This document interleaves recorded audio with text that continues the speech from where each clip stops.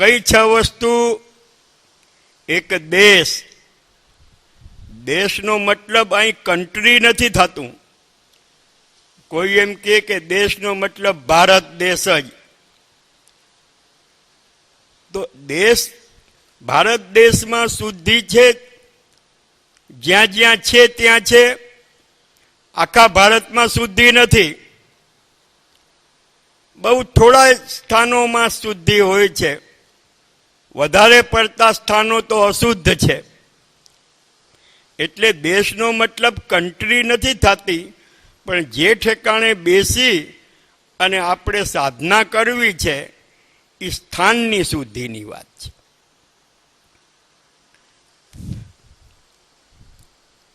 પછી દેશ, પછી કાલ, સમયની શુદ્ધિ. શાસ્ત્રોમાં જે અનુષ્ઠાન બતાવ્યા છે, જેમ કે સંધ્યા કરવી બ્રાહ્મણના માટે, હોમ કરવા, તો એના માટે પણ કાલનો વિચાર છે. એક સવારે કરવામાં આવતી સંધ્યા, એક બપોરે કરવામાં આવતી સંધ્યા, ને એક સાંજે કરવામાં આવતી સંધ્યા. ત્રણેયના કાલ નક્કી કરી લીધા. તો એમાં સવારે કરવાની સંધ્યા જો બપોરે કરો તો ઊંધું કર્યું એમ સમજીને દોષ લાગે છે. એમાં બપોરે કે સવારે કરવાની સંધ્યા સાંજે કરી હોય તો એ પણ વિપર્ય દોષ એમાં લાગે છે. વિપર્ય એટલે ઉલટું દોષ લાગે છે. તો એમાં સમય પણ શુદ્ધ અશુદ્ધનો વિચાર નથી થતો. પછી દ્રવ્ય, પૈસાથી લઈને અને વસ્તુ, જેમ કે યજ્ઞ કરે કોક, તો એ યજ્ઞની અંદર ઘી હોમાય. હવે યજ્ઞની અંદર ખૂબ ઘી જોઈએ. વેપારી પાસે જઈને એને ઘી માગે કે 40 કિલો 50 કિલો ઘી જોઈએ છીએ, અને જો એ ભેળસેળવાળું ઘી આવે તો દ્રવ્ય, ઘી નામનું દ્રવ્ય પણ અશુદ્ધ થઈ ગયું. પછી કર્તા, જે માણસ અનુષ્ઠાન કરે છે, સાધના કરે છે, એ સકામ હોય, સ્વાર્થી હોય, તો બધું ચોખ્ખું હોય તો પણ એ કર્તાની મનોવૃત્તિ અશુદ્ધ હોવાને કારણે બધું કર્મકાંડ અશુદ્ધ બની જાય છે.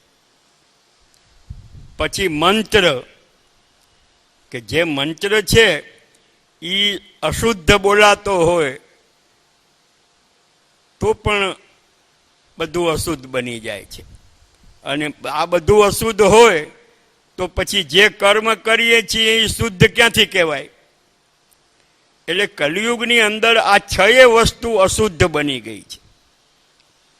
એના કારણે શાસ્ત્રોમાં જે સાધના બતાવી છે એ સાધના કરવાથી કોઈ ફળ મળતું નથી. મને એ વિચાર આવ્યો પહેલા કે આટલી બધી સાધનાઓ તો લોકો હજી આજની તારીખે કરે છે, ને છતાંય મહાપ્રભુજી કહે કે નષ્ટ થઈ ગયા માર્ગો. તો પછી પુષ્ટિ માર્ગ કેમ કરતા બચી ગયો?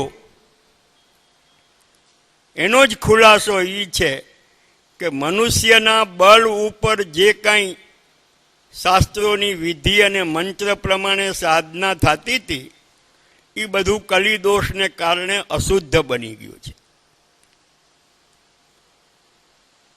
અને કૃષ્ણ એવ ગતિર્મમ, એટલે કૃષ્ણની કૃપા ઉપર આધારિત જે પુષ્ટિ ભક્તિ માર્ગ છે એને કાળનો દોષ, સ્થાનનો દોષ, કર્મનો દોષ, કર્તાનો દોષ, મંત્રનો દોષ એ કાંઈ નડતું નથી. ભક્તિ ઉલટાને સુલટાવી અને માનવામાં આવે છે. પ્રભુની ભક્તિ કરીએ તો આપણી ભક્તિ ઉલટી હોય એને સુઈને મતિની સાથે અંદરથી વિશુદ્ધ અનન્ય સ્નેહ જ્યારે પ્રગટ થઈ જાય છે ત્યારે ગતિમતીની સાથે રતિ પણ પેદા થઈ જાય છે. એટલે મહાપ્રભુજીએ ષોડશ ગ્રંથોમાં પણ ગતિ, મતિ અને રતિ આ ત્રણેય શબ્દોનો પ્રયોગ કર્યો છે. જ્યારે શરણાગતિની કક્ષા સુધી આપણે પહોંચીએ છીએ ત્યારે કૃષ્ણ તરફની આપણી ગતિ વચમાં ક્યાંય પણ અડચણ ના આવે, કોઈ પ્રતિબંધ ના આવે, કોઈ પ્રકારનો માણસ ડગમગી ના જાય, એવી ગતિ શરૂ થઈ જાય છે શરણાગતિની સિદ્ધિમાં. પછી સત્સંગ દ્વારા, સત્સંગ કરતા કરતા આપણી મતિ સેટલ થઈ જાય છે પ્રભુમાં. અને સેવા, સ્નેહપૂર્વકની પ્રેમ લક્ષણા ભક્તિના નેચરની સેવા જ્યારે શરૂ થઈ જાય છે ત્યારે ધીરે ધીરે રતિ પેદા થઈ જાય છે. મહાપ્રભુજીએ તો આ ભક્તિ કેમ પ્રગટ થાય અને એમાં શું શું કરવું જોઈએ એ બધું આપણને વિસ્તારથી બતાવ્યું. પરંતુ આના મૂળિયા તો ઉપનિષદમાં, વેદમાં, ભાગવતમાં, ગીતાજીમાં અને અનેક પુરાણોમાં એના મૂળિયા છે. અને એક સાહિત્ય એવું પણ આપણે ત્યાં પેદા થયું છે કે જેને સૂત્ર કહેવાય. સૂત્ર એટલે ટૂંકામાં ઘણું કહી દેવું એવી શૈલી. બે શબ્દોમાં ઘણું કહી લેવાની શક્તિ હોય જેમાં, એ સૂત્ર સાહિત્ય કહેવાય. એવા સૂત્ર કર્મ માટે પણ રચાણા છે, જ્ઞાનને માટે પણ રચાણા છે અને ભક્તિ માટે પણ રચાણા છે. ભક્તિ માટે સૂત્ર નારદજીએ રચ્યા છે, એને ભક્તિ સૂત્ર કહેવાય. અને એ નારદ પંચરાત્રમાં ભક્તિ તંત્ર બતાવ્યો છે. એમાં જે ભક્તિની ડેફિનેશન, વ્યાખ્યા કરી છે એ વ્યાખ્યા મહાપ્રભુજીએ સ્વીકારી છે. એ છે મહાત્મ્ય જ્ઞાન પૂર્વસ્તુ સુદૃઢ સર્વતોધિક સ્નેહ ભક્તિ ઇતિ પ્રોક્તા તયા મુક્તિ ન ચ અન્યથા. એટલે ભગવાનના મહાત્મ્યનું જ્ઞાન અને એ ઉપરાંત ભગવાનમાં બધાથી વધારે સ્નેહ. આપણને દુનિયામાં જેટલા સ્નેહ હોય પદાર્થમાં, જળ પદાર્થમાં કે ચેતન પદાર્થમાં, એ બધા સ્નેહ કરતા અધિક સ્નેહ ભગવાનમાં હોય અને એ દ્રઢતાવાળો સ્નેહ હોય. ઈ સ્નેહ એ જ ભક્તિ છે. અને એ ભક્તિ વગર બીજી બધી મુક્તિ છે એ પરમાનંદનો અનુભવ કરાવનારી નથી. છુટકારો જરૂર થઈ જાય દુઃખમાંથી, પણ આનંદનો અનુભવ નથી થતો. ઉપાધિમાંથી મુક્ત થયો, પરંતુ આનંદનો અનુભવ તો થવો જોઈએ ને. બીમારીમાંથી મુક્ત થઈ ગયો, પણ પેલા જેવું સ્વાસ્થ્ય તો પાછું આવવું જોઈએ ને. એટલે કેવળ દુઃખ દૂર થાય એટલું જ જરૂરી નથી, સુખની પ્રાપ્તિ પણ જરૂરી છે. યમુનાજી માટે નથી કહેતા આપણે કે દુઃખ હરની, સુખ કરની. હવે કોઈ કહે કે ભાઈ દુઃખ હરની થઈ ગઈ તો પછી સુખ તો આવવાનું જ છે. દુઃખ હરાઈ જાય એ એક વસ્તુ છે કે ઉપાધિ દૂર થઈ, પરંતુ આનંદનો અનુભવ થવા માંડવો એ જુદી વસ્તુ છે. એટલે એ આનંદનો અનુભવ કરવાને માટે પ્રથમ પગથિયું શરણાગતિનું થયું અને એનાથી આપણા શરીરની ગતિ, દેહ ઇન્દ્રિયોની ગતિ કૃષ્ણ તરફ થઈ. પછી જ્યારે સત્સંગ, મહાત્મ્ય જ્ઞાન પૂર્વસ્તુ. મહાત્મ્ય જ્ઞાન એટલે પ્રભુનું મહાત્મ્ય શું છે, કૃષ્ણનું મહાત્મ્ય શું છે, કૃષ્ણનું મહાત્મ્યપણું એ છે કે એ પરબ્રહ્મ છે, એ એનું મહાત્મ્ય છે. એટલે પરબ્રહ્મ તરીકેનું મહાત્મ્ય અને એક કૃષ્ણનું સ્વતંત્ર મહાત્મ્ય. પરબ્રહ્મ તરીકેનું મહાત્મ્ય એ કૃષ્ણમાં આપણી મતિ સ્થાપિત કરે છે કે આ પરબ્રહ્મ છે એમ સમજીને મહાત્મ્ય. અને એક પરબ્રહ્મ છે, પરંતુ અત્યારે મારી સામે તો ગોવાળિયાના રૂપમાં, પ્રિયતમના રૂપમાં, સખાના રૂપમાં આવીને ઊભો છે. તો ન્યા પરબ્રહ્મના મહાત્મ્યની વિસ્મૃતિ અને કૃષ્ણના મહાત્મ્યની સ્મૃતિ થઈ જાય છે.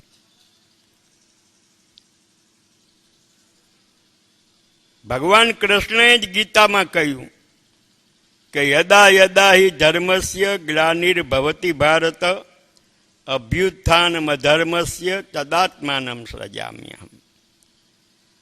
પોતાના અવતાર માટે ભગવાન 3 શ્લોક કહે છે. અહીંયા 3 શ્લોક કહે છે. પહેલા શ્લોકમાં પરબ્રહ્મ કઈ રીતે અવતાર લે છે એની વાત છે. બીજા શ્લોકમાં પરબ્રહ્મની શક્તિઓ કઈ રીતે અવતાર લે છે એ બતાવ્યું છે.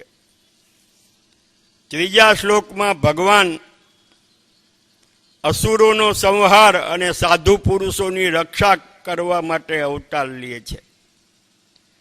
પરંતુ વ્રજમાં યશોદાજી અને નંદરાયજીને આ જે પ્રાગટ્ય થયું એમાં અસુરોનો સંહાર અને સાધુ પુરુષોની રક્ષા એ પોતે સ્વતંત્ર કરવાની જરૂર જ નથી. એની શક્તિઓ જે એની અંદર જ રહેલી છે એના દ્વારા કરાવી છે. અને એને વ્યૂહ કહેવામાં આવે છે. તો ક્યાંક ક્યાંક વ્યૂહને સાથે રાખીને, જેમ કે એક મારા શ્રીએ શાસ્ત્રીજી રાખ્યા હતા, તો જ્યાં જ્યાં પૂગી ના હકે ત્યાં શાસ્ત્રીજીને મોકલી દે પ્રવચન કરવા, અને જ્યાં જ્યાં પોતે જઈ શકે ત્યાં પોતે કરે છે પ્રવચન. હવે દાખલો આપું છું. તો શાસ્ત્રીજી એની સહાયક છે, એને સપોર્ટ કરનારો છે, એના દ્વારા કામ ચલાવી દે. જ્ઞાન તો મળવાનું છે, અને એક પોતે પોતાના વચનામૃત દ્વારા જ્ઞાન આપે. તો આ બેમાં ફરક કરીએ ને, તો કૃષ્ણ રસાત્મક સ્વરૂપે જે 11 વર્ષ ને 52 દિવસ લીલા કરી, એને જરૂર નથી અસુરોને મારવા જેવા કામ. એના મગજમાં પણ ના આવી શકે, મૂડમાંય ના આવી શકે, તો એની શક્તિઓને કામ સોંપી દે છે. તો એ 4 વ્યૂહ છે, 4 કાર્ય કરે છે. એક અસુરોનો સંહાર, એક સાધુ પુરુષની રક્ષા, એક વંશાવળી ચાલુ રાખવી, અને ત્રીજું મુક્તિ આપવી.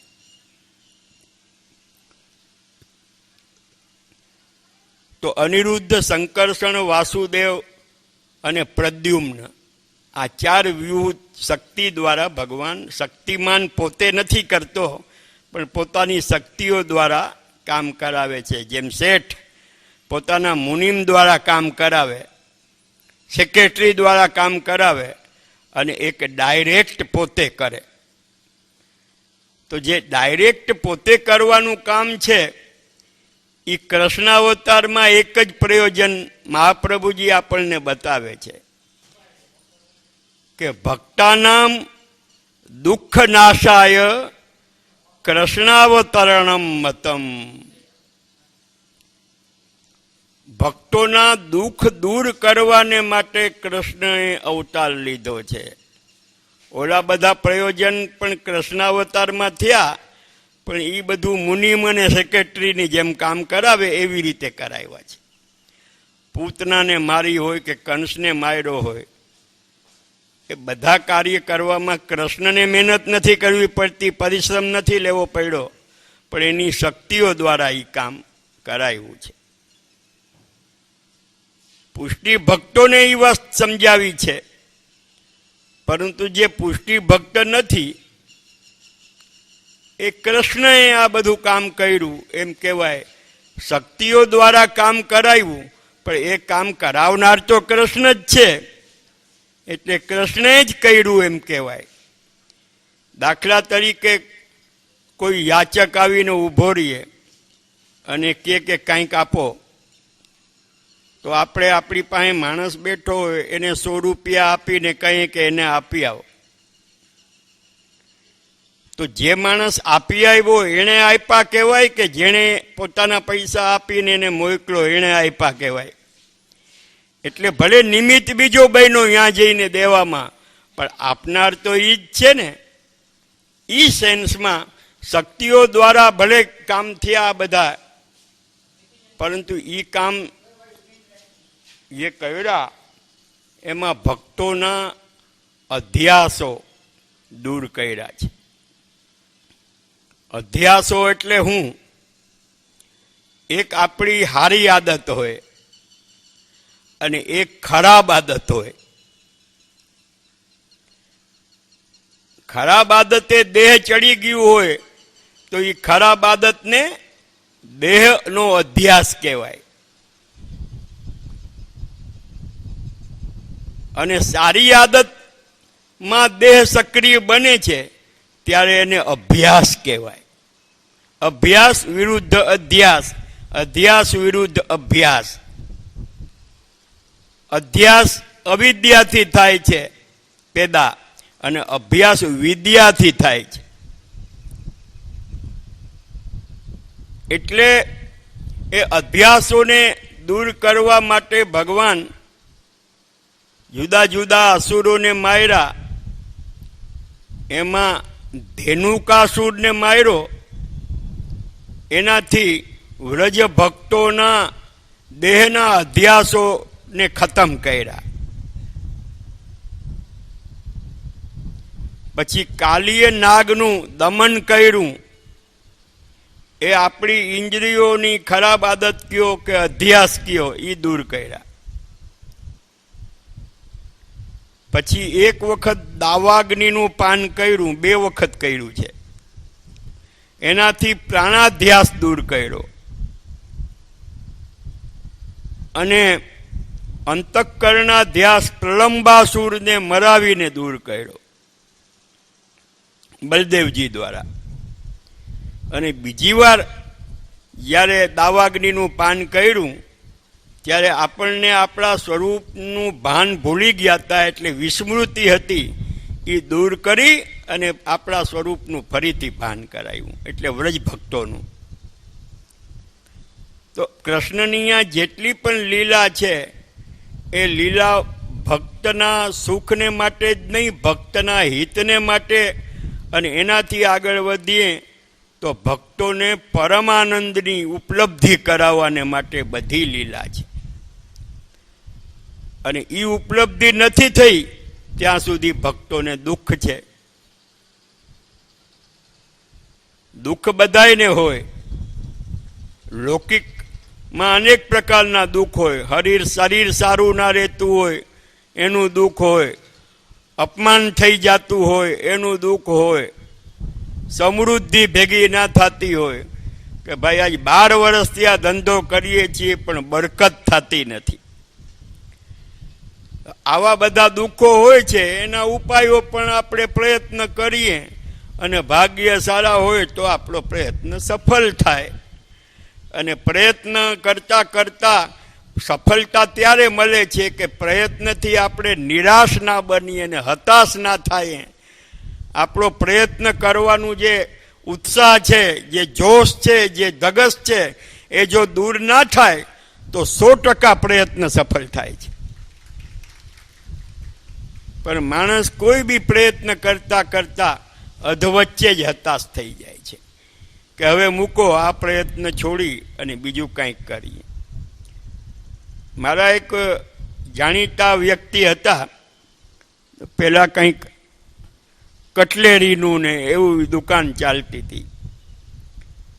એમાં બહુ બરકત ના થાય એટલે કોકની સલાહથી એને અનાજ કરિયાણાનું ચાલુ કરી દીધું. થોડાક દી કર્યું, પછી એમાં એ ના ફાવ્યા તો બીજો, ત્રીજો, ચોથો એમ ધંધો કરતા કરતા એકેમાં સફળતા ના મળી. આપણે જ્યારે ખાડો ખોદીને પાણી નીચેથી કાઢવું હોય, પેદા કરવું હોય, તો જેટલા પણ ફૂટ વધારે એક જ ઠેકાણે આપણે ખાડો ખોદીએ તો 100 ફૂટ, 60 ફૂટ, 70 ફૂટ પાણી આવી જાય. પણ 10-10 ફૂટના 25 ખાડા ખોદા હોય તો પાણી આવે? એવી જ રીતે એક જ વસ્તુમાં નિષ્ઠા, આપણો વિષય નિષ્ઠાનો છે, આ તો લૌકિકમાં નિષ્ઠાની વાત છે. તો એવી રીતે ખાડો ખોદા રાખીએ, થોડીક વાર અહીં ખોદો, થોડીક વાર ખોદો, તો જેમ જળ નથી પ્રાપ્ત થતું એવી જ રીતે પ્રયત્ન કરતા કરતા આપણને નિષ્ઠા ના હોય આપણા પ્રયત્નમાં તો 100% આપણે પેલી છેવટે ટોટલ નિષ્ફળતા જ મળી જાય છે. પછી કોઈ વસ્તુ આપણે સિદ્ધ નથી કરી શકતા. એટલે મહાપ્રભુજી નિષ્ઠા માટે આજ્ઞા કરે છે કે ભાઈ નિષ્ઠા કેવી રીતે થાય? આપણે તો કહીએ છીએ કે કૃપાથી થશે, પણ અહીં મહાપ્રભુજી જે કૃપા બળને જ સમજાવે છે, પુષ્ટિનો મતલબ જ કૃપા થાય છે એમ સમજાવનારા મહાપ્રભુજી પોતે કહે છે કે નિષ્ઠા ચ સાધને રૈવ ન મનોરથ વાર્તયા. ખાલી વાતુના વડા જ કર્યા રાખે એમ નિષ્ઠા ના થાય. હવે આમ કરીશું, કાલે આમ કરીશ, પ્રમદી આમ કરીશ, એવી રીતે મનોરથો મનમાં જાગતા રહીએ, પરંતુ એ પ્રમાણે સાધન ના કરે, એ તરફ ગતિ ના કરે પ્રયત્નમાં, તો નિષ્ઠા પેદા નથી થતી. અને એ જે પ્રયત્ન છે નિષ્ઠા પેદા કરવાને માટે